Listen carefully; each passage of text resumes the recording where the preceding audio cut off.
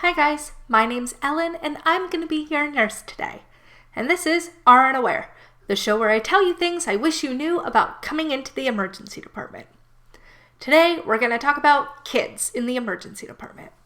And by kids, I mean newborns to about 16 or 17 when they truly understand why they're there and are pretty independent in being able to talk to me and deal with the procedures and stuff that's going on. My biggest thing about parents bringing kids into the ER, especially the younger ones, I'm talking about 10 and under, is I need you to remain calm.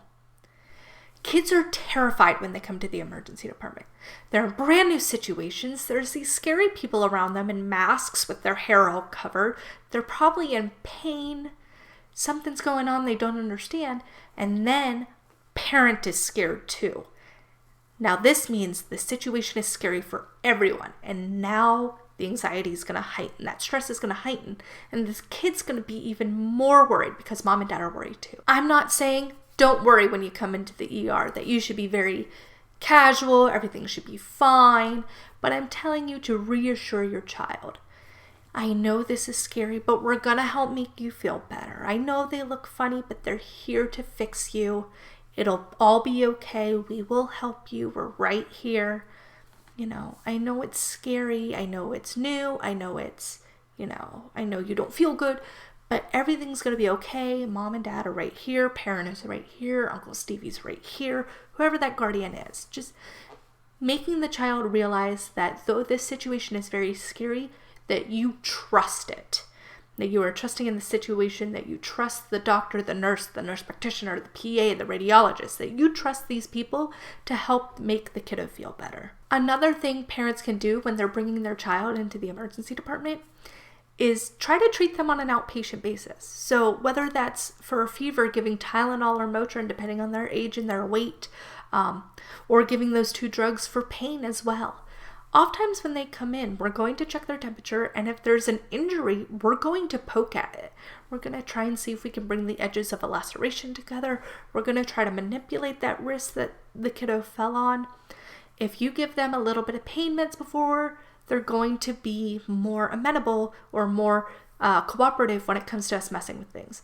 Same with the fever. If you give them those pain meds, they're already going to start to feel better and won't mind as much with us poking at them, putting cold stethoscopes on their chest or on their belly, putting glowing pulse ox stickers on their finger. If they're feeling better, they're a little more likely to let us do that type of thing without becoming angry, agitated, and crying. Another thing parents can do that really, really helps the emergency department staff is to bring us the adult who knows what happened, especially when it comes to injuries and things like lacerations, broken bones, that type of thing.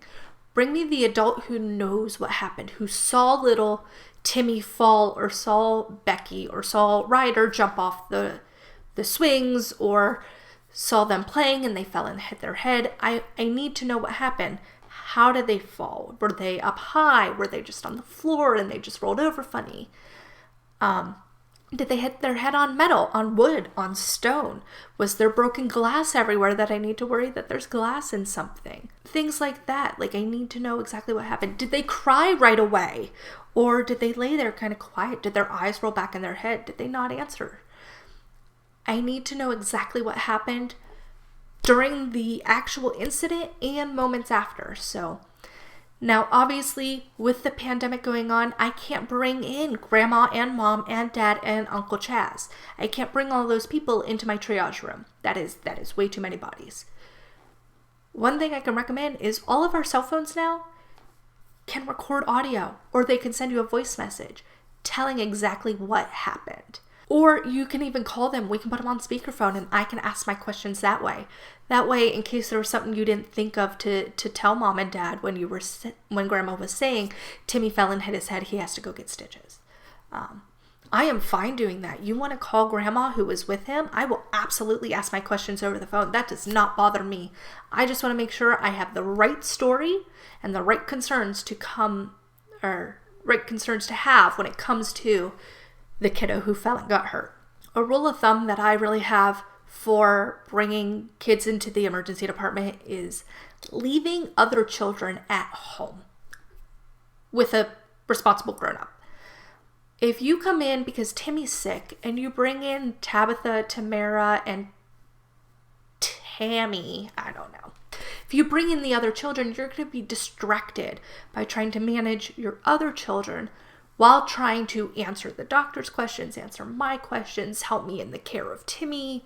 You know, when your kid is in the ER, they should be your sole focus. Put the work away. Try to have someone watch the other kids. And again, I know there's extenuating circumstances. You can't, nobody's able to watch them. That's fine. We'll do our best. But if you are able to have someone stay home with the other kiddos, that is honestly best. It is safer and more efficient for us to take care of Timmy. It's safer for Timmy.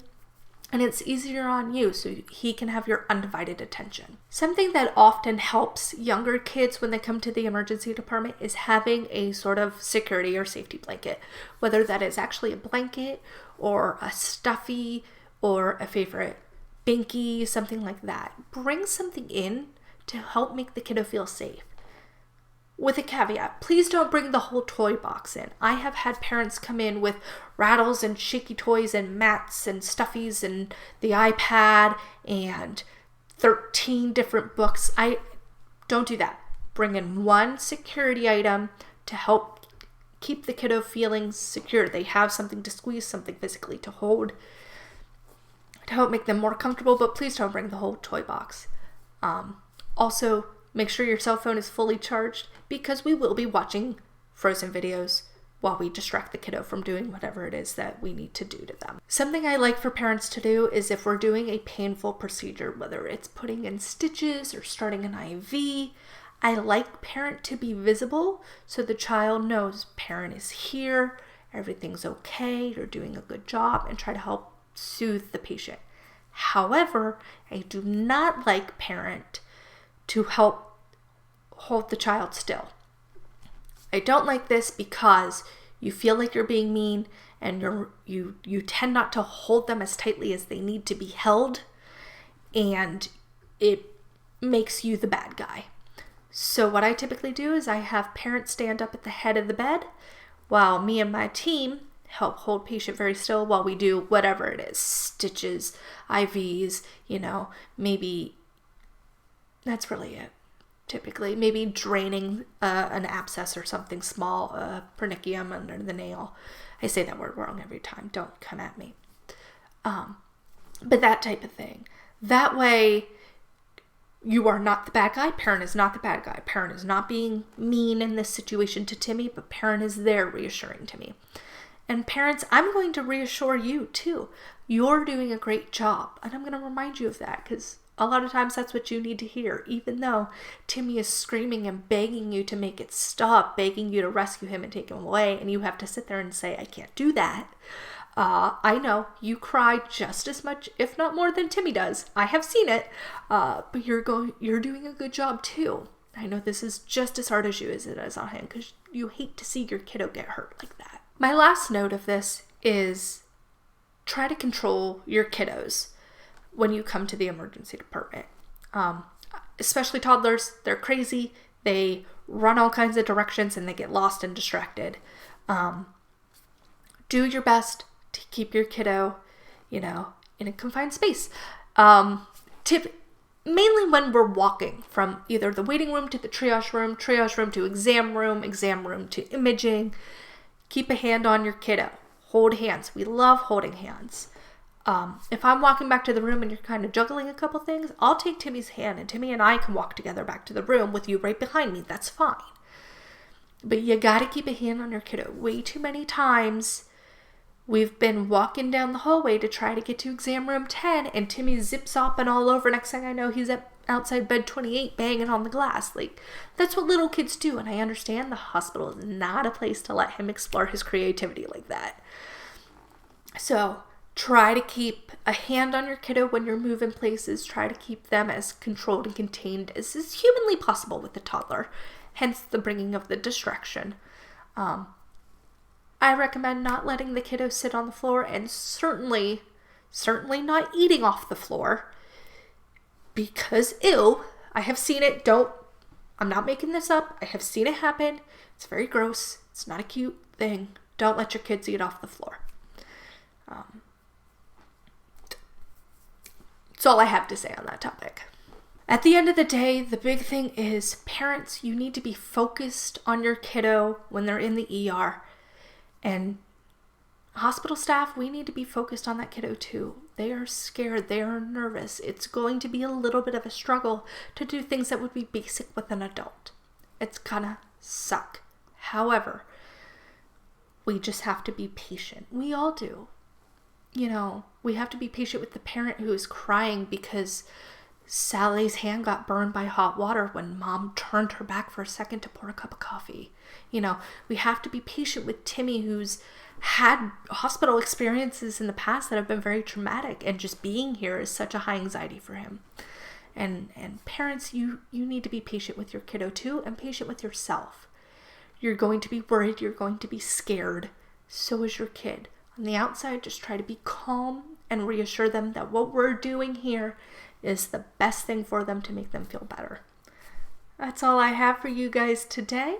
As always, drink plenty of water, take your medications as prescribed, wear a mask when you go out, and I'll be back in a little bit to check on you.